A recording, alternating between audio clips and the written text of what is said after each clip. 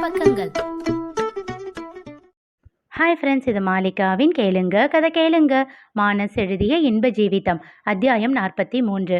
சண்மதிக்கு 7 வயதாக இருந்தபோதுதான் திலகவதி சத்யதேவிடம் வேலைக்கு சேர்ந்தார். தன்னிடம் வேலை செய்யும் எத்தனையோ பேர்களில் அவரும் ஒருவர். அவ்வளவுதான். அதை மீறி அவரிடம் எந்த பழக்கமும் சத்யதேவிற்கு இருந்ததில்லை.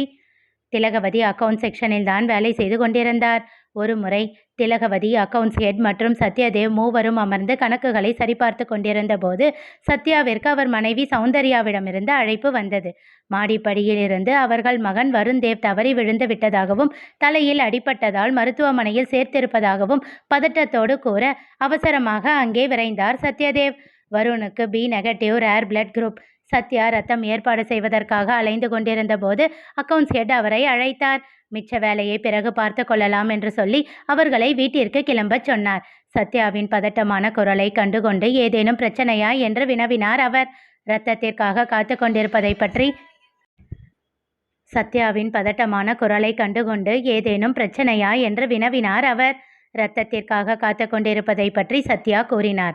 தனக்கு தெரிந்த இடங்களில் விசாரிப்பதாக சொல்லிவிட்டு அவர் அழைப்பை துண்டித்துவிட அருகில் இருந்த திலகவதி என்ன என்று கேட்டார். விவரம் அறிந்து தனக்கும் அதே பிளட் குரூப் தான் என்று சொல்லி அவசரமாக மருத்துவமனைக்கு விரைந்து ரத்தம் கொடுத்து வருணை காப்பாற்றினார் திலகவதி. அன்றிலிருந்து சௌந்தர்யாவிற்கு திலகவதி மேல் தனி பிரியம் ஏற்பட்டது. சத்யதேவ் நன்றி உரைத்ததோடு ஒதுங்கி கொண்டார். ஆனால் தங்கள் ஒரே மகனை காப்பாற்றியதால் சௌந்தர்யா திலகவதியோடு நெருங்கினார். சத்யா அதையெல்லாம் கண்டுகொண்டது இல்லை. வேலை விஷயம் தாண்டி திலகவதியோடு வேறு எதுவும் அவர் பேசியதும் இல்லை.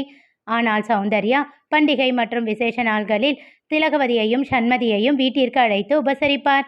தன்னை விட 3 வயது பெரியவனான வருணோடு அண்ணா அண்ணா என்று அவன் கையை விடாமல் பற்றி கொண்டு விளையாடுவாள் சண்மதி.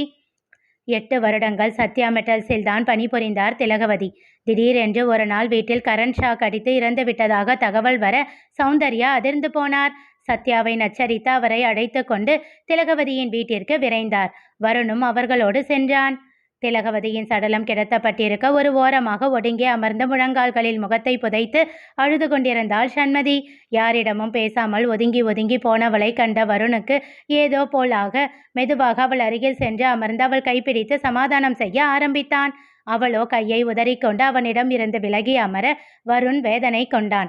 அங்கிருந்தவர்கள் அவனை தவறான பார்வையோடு பார்க்க தொடங்கிவிட விபரீதம் உணர்ந்து சத்யா வருணையும் சௌந்தர்யாவையும் அழைத்து கொண்டு வந்துவிட்டார். ஏனெனில் அப்பொழுது சண்மதிக்கு 15 வயது, வருணுக்கு 18 வயது.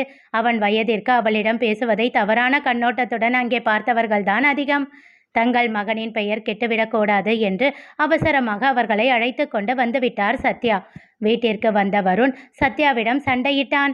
அவனுக்கு மெதுவாக கூறி புரிய வைத்தார் சௌந்தர்யா. ஆனாலும் அவன் அதனை ஏற்றுக்கொள்ளவில்லை.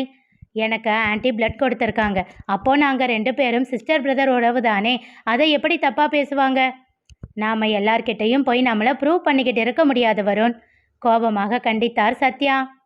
பாவம் டாடி, அவ ஏற்கனவே அப்பா இல்லை, இப்போ அம்மாவும் இல்லைன்னா என்ன பண்ணுவா?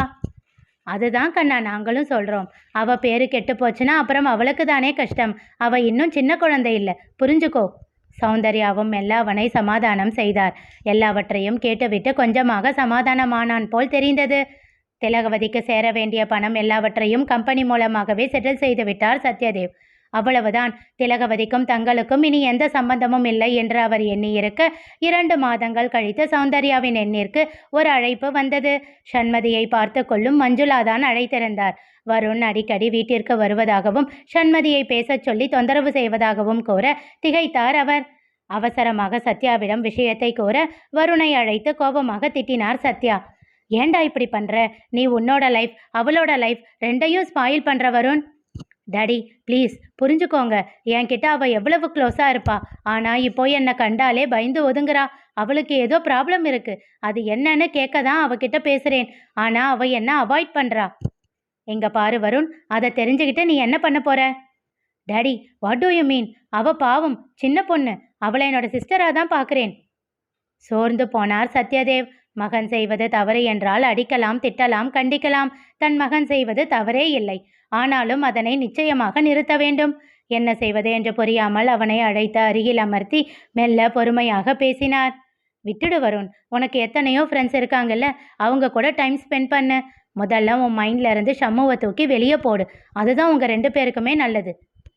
நீண்ட நேரம் அமைதியாக இருந்தான் வருண். பின் என்ன நினைத்தானோ, சரி டாடி, இனிமேல் நான் அவளை டிஸ்டர்ப் பண்ணல என்று ஒப்புக்கொண்டான். ஆனால் சௌந்தர்யாவின் கையை பிடித்து கொண்டு கூறினான், ஷம்மு கிட்ட ஏதோ மாற்றம் இருக்கு மம்மி. நம்ம வீட்டுக்கு வந்து என் கூட விளையாடின பொண்ணா அவ இப்போ இல்லை.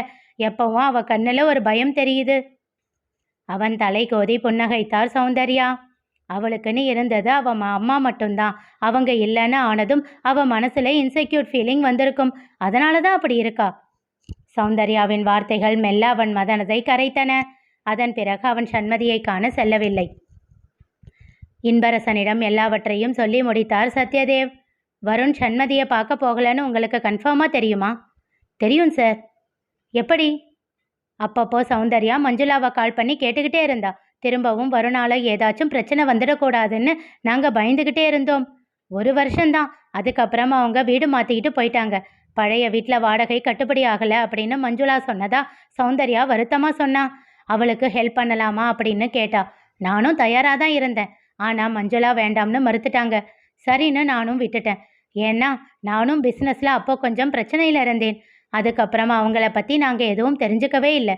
இப்போது நீங்கள் சொன்னதும் தான் திரும்பவும் ஷம்முவோட ஞாபகம் வருது. அவளுக்கு ஒன்றும் ப்ராப்ளம் இல்லையே, நல்லா இருக்கால்ல? அவர் கண்களில் உண்மையான பாசத்தை கண்டான் இன்பரசன். நோனோ, எந்த ப்ராப்ளமும் இல்லை, ஷீ இஸ் ஃபைன் என்றான். சத்யாவின் முகத்தில் நிம்மதி படர்ந்தது. சில நிமிடங்கள் எப்போதும் போல் பேனாவால் ஓசை எழுப்பிக் கொண்டே யோசித்தவன் சத்யாவிடம் கேட்டான், வருணோட சந்தேகம் உங்களுக்கு உண்மையாக தோணுச்சா? தெரியல சார். நாங்கள் அன்னைக்கு திலகவதியோட டெத்தில் ஷம்முவை பார்த்ததோட சரி. அதுக்கப்புறம் நாங்கள் அவளை பார்க்கவே இல்லையே. It's okay, if you don't mind, Varun கிட்ட நான் பேசலாமா? Yes sir, no problem. அவனோட நம்பர் தரேன், பேசுங்க. புருவம் சுருக்கி பார்த்தான் இன்பா. ஏன் ஃபோனில்? நேரில் பார்த்து பேச முடியாதா? சார், வருண் இப்போ இங்கே இல்லை. ஹையர் ஸ்டடீஸ்க்காக இந்த வருஷம்தான் அப்ராட் போனான். ஓ, ஐசி என்றவன் வருணின் எண்ணெய் வாங்கி கொண்டு கிளம்பினான். வெளியில் செல்ல முயன்றவன் ஏதோ தோன்ற சட்டென்று நெற்றியில் தன் விரலால் தட்டிவிட்டு திரும்பி சத்யாவை பார்த்து கேட்டான், வருண் எங்கே படிச்சுக்கிட்டு இருக்கான்?